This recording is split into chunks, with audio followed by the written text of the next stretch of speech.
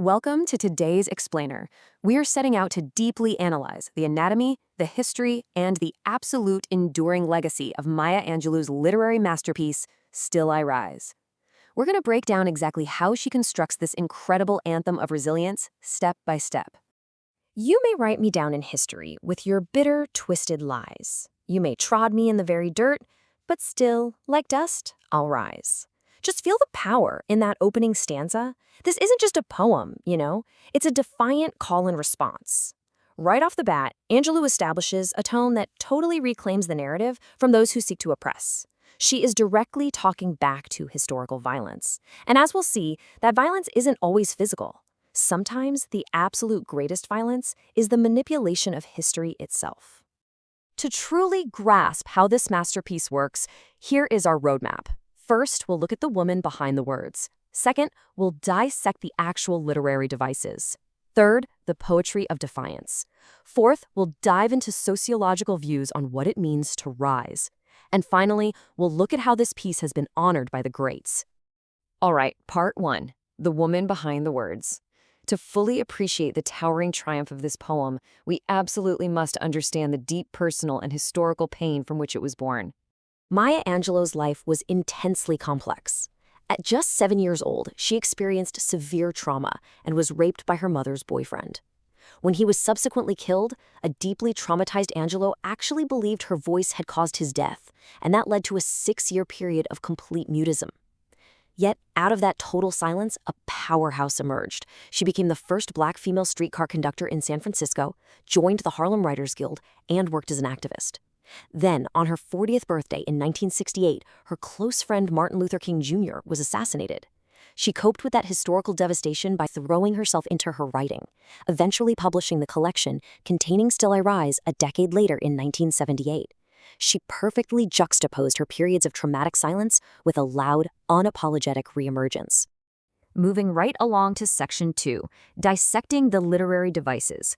We're going to zoom in on the specific tools Angelou uses to build this unbreakable anthem. These are her essential tools. And hey, these aren't just fancy academic terms to memorize. They are deliberate, masterful techniques she wields to construct a very real feeling of unyielding resilience. From similes and rhetorical questions to synecdoche, anaphora, and sibilance, she literally uses every tool in the poet's toolbox. Listen closely to the punctuation in this line, because I walk like I've got oil wells pumping in my living room. She uses a brilliant simile here, comparing her confidence to an oil magnate's wealth. But notice how she ends the preceding rhetorical questions with a full stop here instead of a question mark? It's a definitive statement. She possesses a mental and spiritual wealth that is entirely her own, and that simple period at the end boldly affirms it as an absolute fact. Now here we see an incredible use of synecdoche, which is just when a part of something represents the whole. She asks if her oppressors want to see her broken, referencing a bowed head, lowered eyes, and shoulders falling down. She's lexically breaking her own body down into mere parts. But listen closely to the assonance, the repeating vowel sounds in words like bowed, lowered, and shoulders. That common O sound beautifully unites those broken parts, signaling that her identity and spirit remain totally intact, no matter how hard outside forces try to break her down. So the crucial point comes right here in her use of anaphora, the repetition of a phrase at the beginning of clauses. You may shoot me, you may cut me, you may kill me. The heaviest rhythmic stress in the poem falls right on those incredibly violent verbs. But they are all powerfully undercut by the singular indestructible resilience of the words still and rise. 3 separate, horrific, violent acts simply cannot defeat that one vital breath of air. Okay, on to section 3, the poetry of defiance. Let's zoom out just a bit to examine how the broader structure and rhythm of the text serve her ultimate message of claiming space in the world. When we ground this in historical context, we see that Still I Rise is deeply rooted in the civil rights movement and the harsh realities of racial discrimination in the United States. Her metaphors directly confront society's prejudices.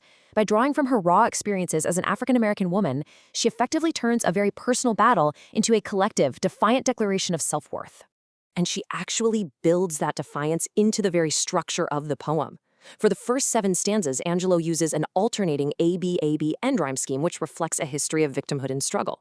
But when we hit stanzas 8 and 9, the pattern completely shifts. Suddenly, we get unified end rhymes and the relentless repetition of I rise, I rise. She structurally moves the poem from a narrative of historical victimhood right into a unified, triumphant vocal agency. The harmony of the rhyme perfectly reflects her inner harmony. I'm a black ocean, leaping and wide. Welling and swelling I bear in the tide. If you look at the physical indentation and the varied line lengths in the latter half of the poem, they literally mimic the fluctuating, unstoppable wave of the ocean tide she is describing. It's visual poetry matching the lyrical metaphor. Let's move into section 4 now. We're going to put on our sociologist hats and explore how academics apply sociological theories to interpret the utility and societal impact of her words. Academics make a really vital connection here. Angelou's vivid imagery doesn't just sit in a textbook, it translates directly to our everyday life encounters. By analyzing her style of empowerment, we see how the poem challenges societal stereotypes and offers us a universal blueprint for overcoming obstacles. She doesn't ignore the pain, she acknowledges the hurtful actions, but asserts the absolute ability to rise above the negativity. To truly understand its wider impact, sociologists look at this poem impartially through 3 distinct academic perspectives. From a conflict theory perspective, the poem highlights power dynamics, representing marginalized groups resisting oppressive systemic elites, so a focus on power and inequality. The functionalist perspective, on the other hand, views her resilience as a critical function for maintaining social stability. Her hope inspires collective well-being and unity. Finally, symbolic interactionism focuses on how she reclaims her identity by redefining societal symbols, taking everyday things like dust and air and brilliantly turning them into symbols of triumph. It is fascinating how this singular poem serves as a massive sociological tool across so many different objective schools of thought. Finally, we reach section 5. Let's trace the enduring global reach of this poem and look at the incredible figures who have drawn strength from Maya Angelou's words. The reach of Still I Rise is quite simply astonishing. Nelson Mandela, who actually read her work while imprisoned during apartheid, recited this poem at his presidential inauguration in South Africa.